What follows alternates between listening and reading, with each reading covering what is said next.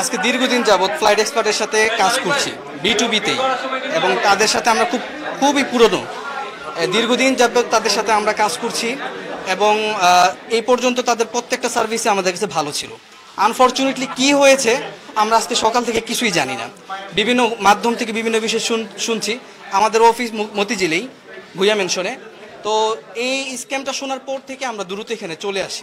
আসলে অ্যাপ্রক্সটা এখনও বলতে পারছি না, বাট মনে হচ্ছে যে 10 থেকে 12 লাখ টাকার উপরে, কারণ আমার টিকিটগুলো প্রত্যেকটা ইস্যু করা। এখন আমি এখনো পর্যন্ত জানতে পারছি না যে এটা তাদের সিস্টেম থেকে ইস্যু হয়েছে নাকি মানে অন্য কোনো বিএসপি থেকে বা অন্য কোনো সিস্টেম থেকে তারা ইস্যু করেছে।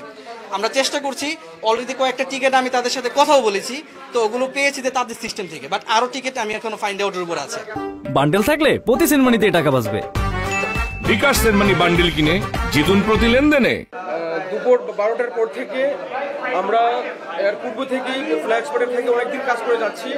তাদের কাজ আমাদের কাছে ভালো লাগার কারণে তাদের কাজ অবশ্যই অনেকদিন ধরে করতেছি। আজকে দুপুর 12:25 পর থেকে তাদের প্রতিনিধিত্ব বলতেছে তাদের সিইও স্যার ওনাদের সাথে যোগাযোগ করতেছে না, সে নাকি দেশ ত্যাগ করেছে। আজকে আমার মতো লোকের 6 লক্ষ টাকার টিকিট এখানে ইস্যু করা। আজকে যখন আসছি তারা আমাকে পুরোপুরি সত্য তথ্য দিতে পারতেছে না। আমরা কোথায় যাব? আমরা এজেন্ডা কোথায় যাব? আমরা কি ন্যায্য বিচার পাবো না? এই প্রত্যেকটা জাতিদের ফ্লাইট সবার একটা প্রিপারেশন। এই প্রবাসীদের কারণে এই দেশ উন্নয়ন হচ্ছে। আজকে প্রবাসীদের টিকিটের টাকা আপনারা মেরে খেয়ে এই দেশ ত্যাগ করবেন, আমরা কি বিচার পাবো না? এই দেশে কি বিচার নাই? আমি সবার আপনাদের সাংবাদিকের মাধ্যমে আমি যারা এই দায়িত্বে আছেন, মন্ত্রণালয়ের দায়িত্বে আছেন, সবার প্রতি আমি অনুরোধ করব যেন আপনারা একটা ব্যবস্থা গ্রহণ করেন। যাদের টিকিটের টাকা মেরে এই দেশ ত্যাগ করেছেন অবশ্যই খুব তাড়াতাড়ি তাদের টাকা তাদেরকে ফেরত দিতে হবে, না হলে আমরা কঠোর আন্দোলনে আমরা হুঁশিয়ারি দিচ্ছি ইনশাআল্লাহ। আমার প্রায় 70 লক্ষ টাকার মতো আছে যেটা এখন আনইউজ। এখন আসলে ওটা নিয়ে আমরা অনেক টেনশনে আছি যে ওইগুলো যদি রিফান্ড করে ফেলে হাজি বা অন্য ট্রাভেল এজেন্সি যে থার্ড পার্টি থেকে ওরা টিকিটগুলো নিচ্ছে, তাহলে আমরা অনেক ক্ষতিগ্রস্ত হবো। হ্যাঁ, এই জন্য আসলে মূলত আশা যে আমাদের ওইটা কি করা যায়। না, আগে কোনো জানানো হয় না। আজকে সকালে হঠাৎ করে ওদের ওয়েবসাইট বন্ধ হয়ে গেছে, এবং আমি আজকে সকালবেলা 1 লক্ষ টাকা ডিপোজিটও করছি, কিন্তু ওইটাও আপনার পোর্টালে আসে নাই। যে তাদের সকাল 1টার পর থেকে তাদের যে সেলস টিম থেকে জানানো হয়েছে যে নতুন করে টিকিট ইস্যু না করার জন্য। বেসিক্যালি তারা যে টাকা টোটাল কাজটার সাথে ম্যানেজমেন্টের লোক, মালিক পক্ষ সবাই জড়িত আছে, না হলে তো সাডেনলি এইভাবে পালাইতে পারে না। তারা অনেকগুলো টিকিট যাদের সাথে তাদের ভেন্ডর ছিল তাদের পেমেন্টগুলো তারা দেয় নাই। মানে মালিক পক্ষ পূর্ব থেকে এটা প্রি প্ল্যান করে উনি পালাইয়ে গেছে। Thank you. আমাদের অনেক টিকিট আছে যেগুলো আপনার এই ইয়াতে আছে, এখন চেক দিতে পারতেছে না। চেক দিতে আসছে এখানে, ওরা তো চলে যেতেছে। এখন কোনটা যে আমাদের ওই যে সুমা আর একটা কি জানি বল হাজি, ওইটাতে কোনটা এটা তো আমরা জানতেছি না। ওটা চেক দেওয়ার জন্য আসছিলাম আর কি। এখান থেকে তো চেক দিতে পারি নাই, আসছি আমরা, বললো চার্জ দেয়। আমাদের মোটামুটি প্রায় 10 লক্ষ টাকার টিকিট আছে এখানে, মানে যেগুলো ইউজ হয় না আর কি। আমি তারা দাবি জানাচ্ছি আমার টিকিট রিফান্ড বা এটা ক্ষতিপূরণ আমি চাই। পরিস্থিতি তো ভালো মনে হইতেছে না, সেই টেনশনেই তো এখন মানে আমাদের অবস্থা খুব খারাপ। নিজের আয়টা আছে, আমার আয়টা 2004 সন থেকে, আমি আজকে 22 বছর আয়টা আমি হ্যান্ডেল করতেছি আমার বাবার সময় থেকে, 1983 সন থেকে। কিন্তু আমরা আয়টা দিয়ে জিডিএস থেকে একটা টিকিট ইস্যু করতে পারি না এই ওটিএ গুলোর জন্য। এই ওটিএ গুলা তারা প্রত্যেকটা টিকিট 3000 4000 টাকা কমে দেয়। আমাদেরকে কাস্টমাররা আমাদেরকে স্ক্রিনশট পাঠায়, বলে যে ভাই দেখেন, আপনি বলতেছেন আমার নাম মোহাম্মদ, আমি ইউনিয়ন ট্রাভেলস লিমিটেড। প্রথমে এই ফাঁদটা পাতে হচ্ছে ওটিএ গুলাই ফাঁদ পাতার পরে তারা আমাদেরকে সবাইকে নিয়ে আসে, আমরা ব্যবসা করতে বাধ্য হই তাদের সাথে। আজকে মিনিমাম আমরা হোয়াটসঅ্যাপে একটা গ্রুপ করছি, প্রায় আমাদের 100 জন হয়েছে। সবাই যে ডাটাগুলো দিচ্ছে, আমি অলরেডি আমার 25 লাখ পাইছি। আমার সাথে আমার যে অ্যাসোসিয়েট আছে তারা আছে, আমরা এখনো কাজ করতেছি।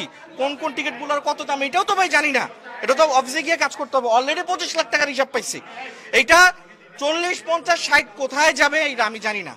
আমরা আইটা এজেন্সি, আমাদের নিজের আমরা টিকিট ইস্যু করতে পারি, আমাদের সমস্ত এয়ারলাইন্সের ক্যাপিং আছে, কিন্তু আমরা বাধ্য হয়েছে ফ্লাইট এক্সপার্ট থেকে টিকিট ইস্যু করার জন্য।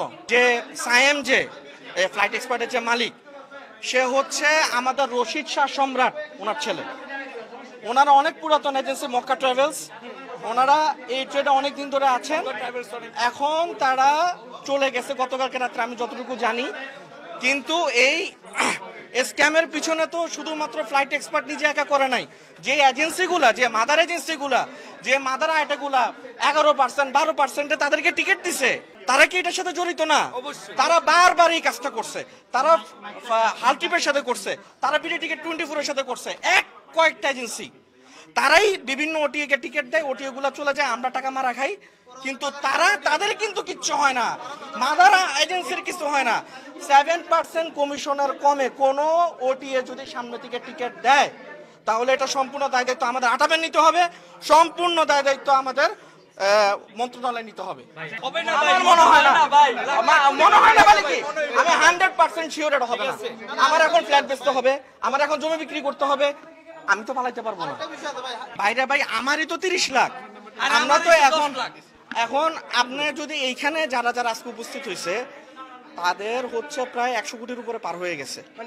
হ্যাঁ, আর এইটার বাইরে B2C আছে যারা নাকি ডাইরেক্ট টিকিট ইস্যু করছে, তারা আছে। এটার বাইরে অনেক এজেন্ট আছে যারা দেশের বাইরে উপস্থিত মানে অবস্থান করতেছে, তাদের টাকাও আছে।